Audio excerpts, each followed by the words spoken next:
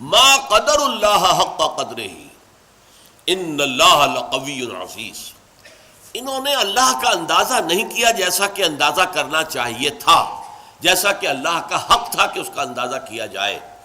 اللہ تعالیٰ تو بذات ہی قوی ہے، زبردست ہے، اور مختار مطلق ہے، عزیز ہے۔ اس آیت کے اندر بھی جو بڑی عظیم حقیقت بیان کی گئی ہے وہ یہ ہے کہ شرک کا اصل سبب کیا ہے؟ اللہ تعالیٰ کی معرفت کی کمی۔ آپ کو معلوم ہے، یہ بات میں نے بہت مرتبہ بیان کی، شرک کہتے کسے ہیں؟ ایک اللہ، بڑے اللہ کو مان کر اس کے ساتھ چھوٹے اللہ ماننا۔ ایک مہادیو کو مانا لیکن دیویوں اور دیوتاؤں کی ایک فوج بھی مان لی۔ ایک بڑے جی سے لکھے جانے والا گاڈ بھی مان لیا، اور چھوٹے جی سے گاڈز اینڈ گاڈیسز، ان کی پوری ایک فوج بھی مان لی۔ بڑا اللہ بھی مان لیا، چھوٹے آلہہ بھی مان لیے۔ تو شرک اس کا نام ہے۔ اب اللہ، جو بڑا اللہ، مہادیو، جو کیپٹل جی سے لکھے جانے والا گاڈ ہے، اگر اس کی صفات کا کچھ تھوڑا سا بھی اندازہ انسان کو ہو جائے تو وہ کبھی شرک میں مبتلا نہیں ہوگا۔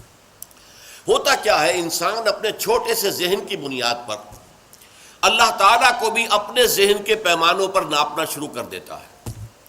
جیسا کہ آپ کو معلوم ہے، زیادہ سے زیادہ تصور جو ہے پچھلے زمانے میں جاتا تھا، طاقتور ہستی، با اختیار ہستی تو بڑا بادشاہ، بس اس سے آگے کا کوئی تصور تو نہیں تھا۔ اب بڑا بادشاہ جو ہے، ظاہر بات ہے، نمبر ایک، اس کی حکومت جو قائم ہوتی تھی وہ اس کے جو نیچے ہوتے تھے نائبین، اس کے سردار، اس کے لارڈز، اور اس کے جو ہے منصبدار، ان کے بل پر حکومت قائم ہوتی تھی نا۔ آخر بڑے سے بڑا بادشاہ بھی اس کے 2 ہاتھ، 2 آنکھیں، 1 ناک، 2 پاؤں، اس کے سوا تو کچھ نہیں تھے۔ وہ اکیلا کیا کر لیتا؟ اکیلا چنا جو ہے وہ بھاڑ کو نہیں پھوڑ سکتا۔ لہذا اس کی حکومت قائم تھی اپنے نائبین سلطنت کی بنیاد پر، جاگیرداروں کی بنیاد پر، جو بھی اس کے منصبدار ہوتے تھے، 30 ہزاری منصبدار، 50 ہزاری منصبدار، اور وہاں آپ یورپ میں انہیں کہتے تھے لارڈز ہیں۔ یہ ہے در حقیقت کہ جن کی بنیاد کے اوپر بادشاہ کی بادشاہت قائم۔ تو انہوں نے تصور کیا کہ اللہ بھی ایک بہت بڑا بادشاہ ہے، مان لیا سب سے بڑا بادشاہ ہے، لیکن اس کے نائبین سلطنت ہیں، وہ نائبین سلطنت کے بغیر تو حکومت نہیں کر سکتا۔ چنانچہ انہوں نے فرشتوں کو، جو کہ در حقیقت اللہ کے کارندے ہیں، جس کا صحیح تصور کیا ہے کہ یفعلون ما یؤمرون لا یعصون اللہ ما امرہم، اللہ تعالیٰ جو حکم دے دے قطعاً اس کے اندر نافرمانی نہیں کر سکتے، بلکہ وہی کچھ کرتے ہیں جس کا حکم دیا جاتا ہے۔ انہوں نے ان فرشتوں کے تصور کو بگاڑ کر یہ دیویاں، دیوتا، خدا، یہ چھوٹے خدا بنا لیے کہ ان کے پاس بھی کچھ اختیار ہے۔ آخر 50 ہزاری منصبدار جو ہے اس کے پاس بھی طاقت ہوتی ہے، فوج ہوتی ہے۔ 30 ہزاری منصبدار کے پاس بھی کچھ نفری ہوتی ہے، کچھ طاقت ہوتی ہے، کچھ اختیارات ہوتے ہیں۔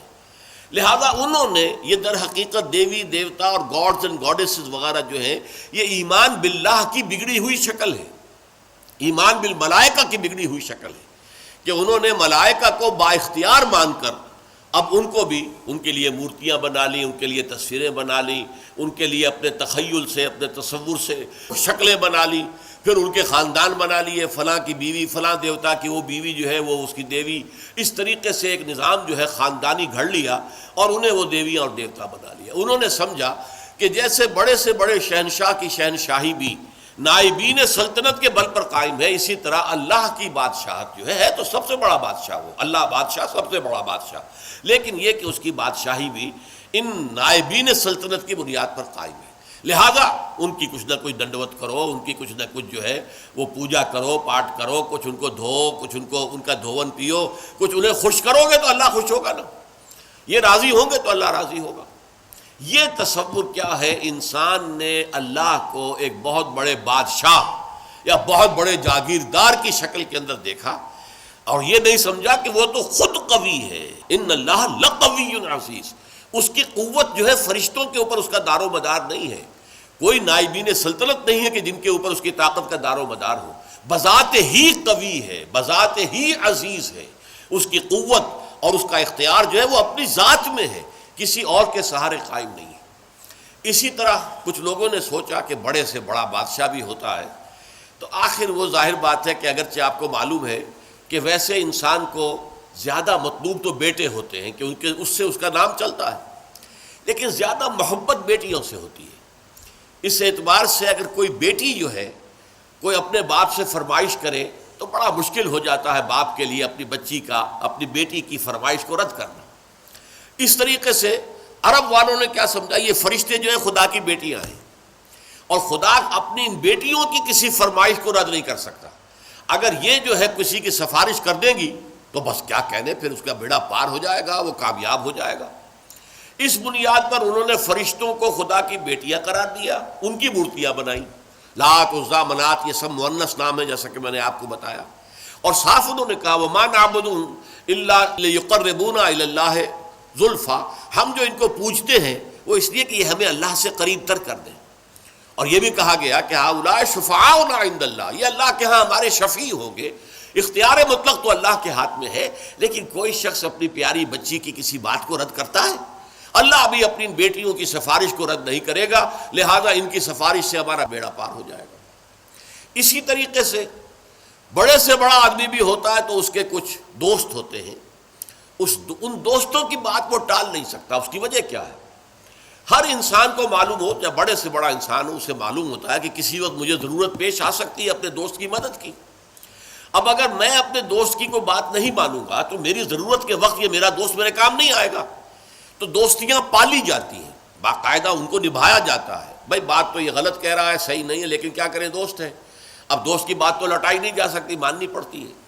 اسی سے تصور بنا اللہ کے اولیاء، اللہ کے دوست، جتنے بھی عظیم انسان گزرے کہ جو اپنی جگہ پر اللہ کے بندے تھے، بالکل اللہ کی بندگی ہی پر وہ فخر کرتے تھے، اور وہ اللہ کے سامنے سر تسلیم جو ہے جھکائے رکھتے تھے، لیکن ان کے تقویٰ، ان کے زہد کی بنا پر انہیں جب اولیاء اللہ قرار دے دیا گیا تو اللہ کے دوست ہیں، اللہ کے ولی ہیں۔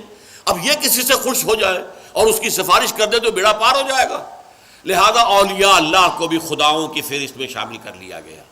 چنانچہ یہ بات تقریباً اجماعی ہے کہ یہ جو قوم نوح کے بت تھے، وہ بت تمام کے تمام اولیاء اللہ، اس قوم کے اندر جو اولیاء اللہ گزرے تھے، بڑے نیک لوگ، زاہد و عابد، اللہ کے محبت کرنے والے، اللہ کے لیے اپنی پوری زندگی لگا دینے والے، ان کے ناموں پر انہوں نے بت گھڑ لیے تھے۔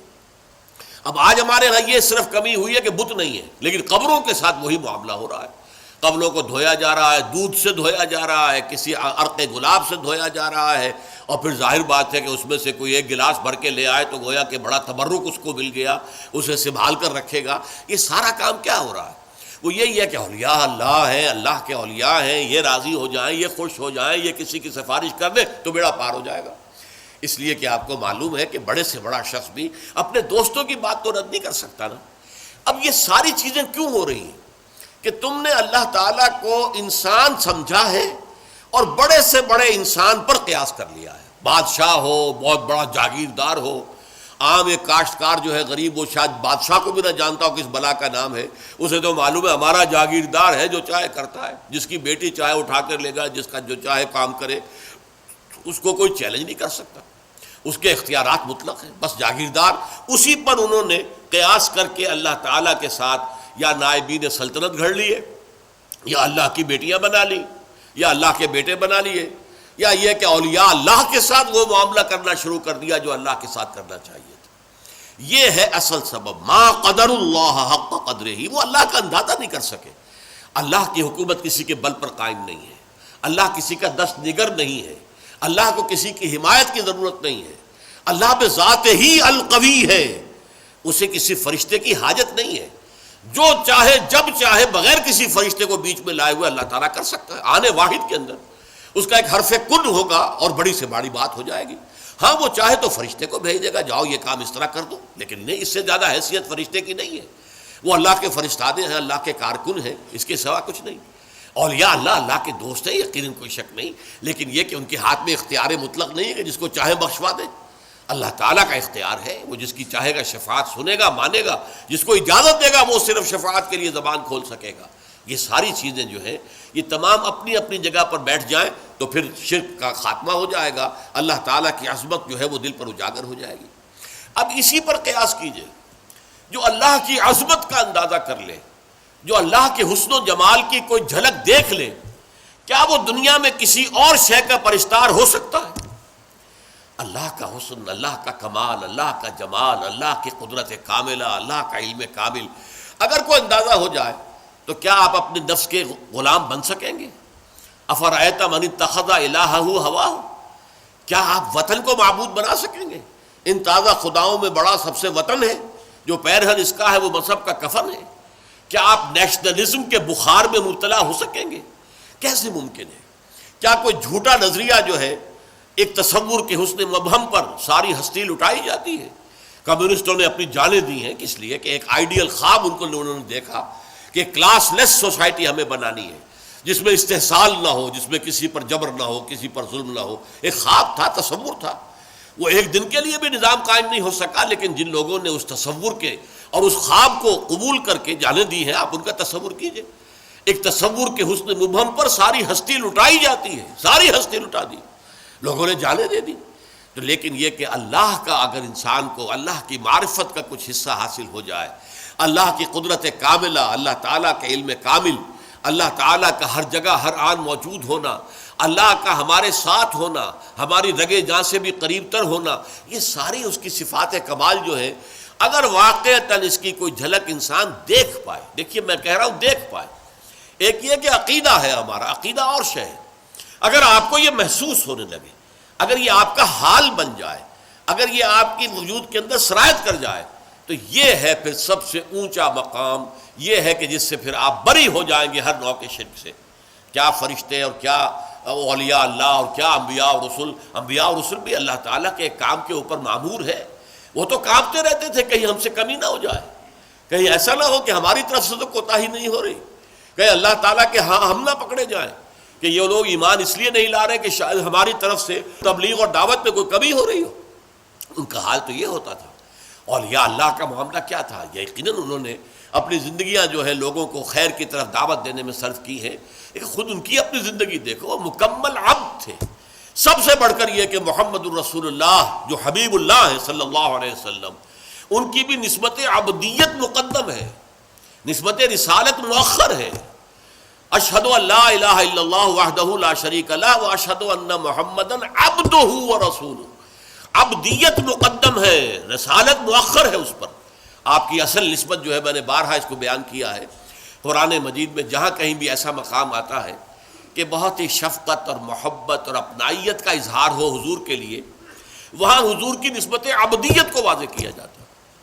سبحان الذی اسریٰ بعبدہ لیلا من المسجد الحرام الی المسجد الاقصی، یہ کیا تھا؟